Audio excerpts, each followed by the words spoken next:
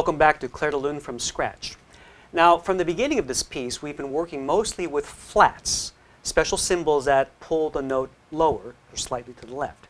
Now we're going to be shifting to a territory where we're going to be working with sharps. These are basically the opposite kind of symbol which pull the note slightly higher or to the right on the keyboard. So what I've done is I've to save us a little bit of time, we've got a lot of stuff to cover here, I've gone ahead and clipped the end of measure 36 and to help us prepare for the beginning of measure 37. This is kind of the bottom of the page, but we're going to have to connect these two sections anyway, so I thought I'd just go ahead and do that. Now, let's take a look before we get into the notes over here. I want to talk about these sharps. We have, again, a new key signature, and typically in most music, they're going to have kind of a courtesy warning ahead if things are going to change. So at the end of the previous key signature, they're going to give an extra set of these, particularly since this is the bottom of the previous page. So now we're in a new set of territory, so we're going to have some new rules governing what notes are automatically going to change. So let's take a look at all of those notes one at a time. Now fortunately, both these clefs are the same. We're using G clefs in both hands. So we'll just take a look at one of these and it'll apply for both hands. Okay? So again, applying our little crazy mnemonic. Great big dog fur. This is the top sharp. That's going to be an F sharp. So what that means is great big dog fur. Every F will now become an F sharp. Okay? From this point on. F sharp, okay? Let's continue finding the rest of these. By the way, when you're looking at sharps, the magic area is going to be right in the middle of that crosshair. So that's where we want, that's what is going to define the notes that are affected, okay? So if you're looking, you are seeing a whole bunch of these sharps kind of squibbled together, it's going to be hard. Just take a look at the inside belly of the sharp and that'll tell you what we're looking at, okay? All right, so let's go on. Great, big. Now here, you see the belly over here is on the space. That's going to be on the C. So that means this is going to become C sharp. So we've got a C sharp. Okay.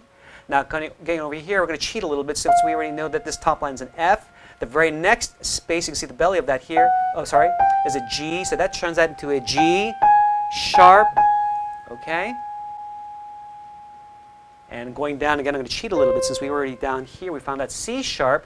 We see that this space over here, next line over here, that's going to be D or a D sharp. Okay? So the four notes that are going to be affected are going to be F, G, C, and D, which will turn into their equivalents F sharp, G sharp, C sharp, and D sharp. You see how that works? Okay, so those are the new rules going forward with this key signature, and I'll just kind of remind us as we move along in this next section. Okay, so having done that, let me go ahead and kind of redo this a little bit. I'm going to go ahead and copy a little portion of measure 37, and what we're going to do is we're going to just focus on just the right hand. Actually, let's do this. There are two different fingerings I'm going to show you. And I'm going to move quickly because the traditional fingering is, there's some problems with it, but I'll explain how that works. And then I'm going to offer an alternate fingering.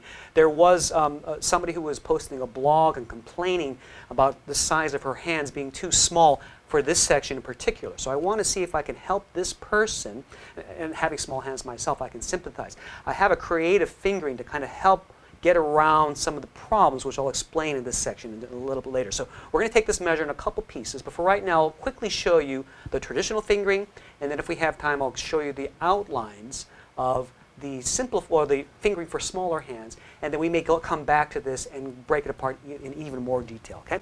So let's go ahead and do this. In fact, I'm just going to, rather than kind of going backwards first, let's just move ahead for now, and I'm going to show you the traditional fingering and why this is a problem. First of all, the right hand, if you do the traditional fingering, the right hand is actually quite easy, okay? Because the right hand is actually made up mostly of octaves, from here to here.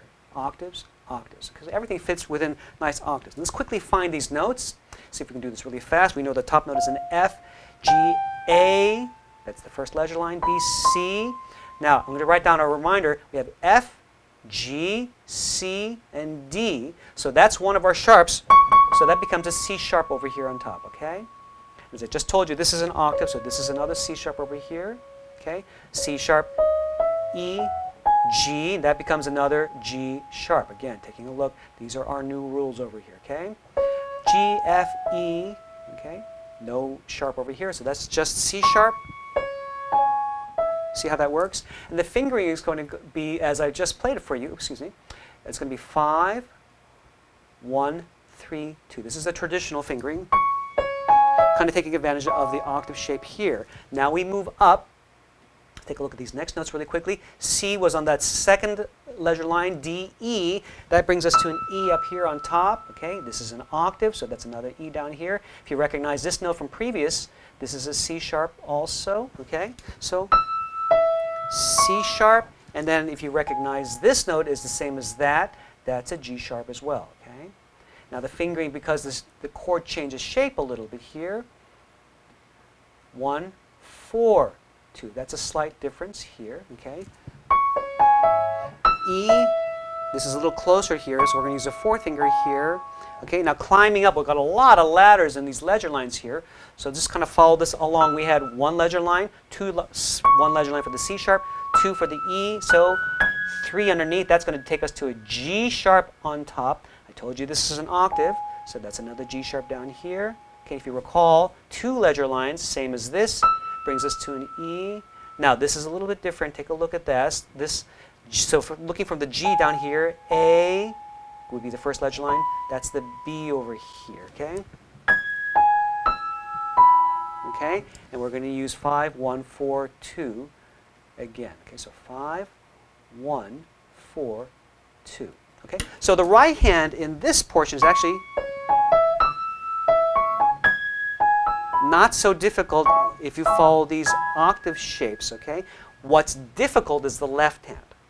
Now let me just go ahead and play it through, and we'll take it apart a little bit. We're kind of getting to the end of our time limit here, but let me just show you quickly what's happening here. I'll just play through the notes for you. The problem is you've got these notes in the bottom, these combined notes, okay?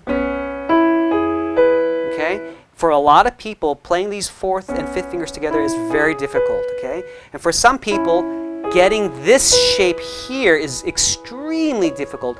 You have to have a kind of a wide hand stretch. From years of practicing, my pinky is actually kind of crooked because I spent so many years in childhood stretching out. Okay, so I've gotten myself accustomed, but for many people, this is just almost impossible to reach between the black keys, white keys, black.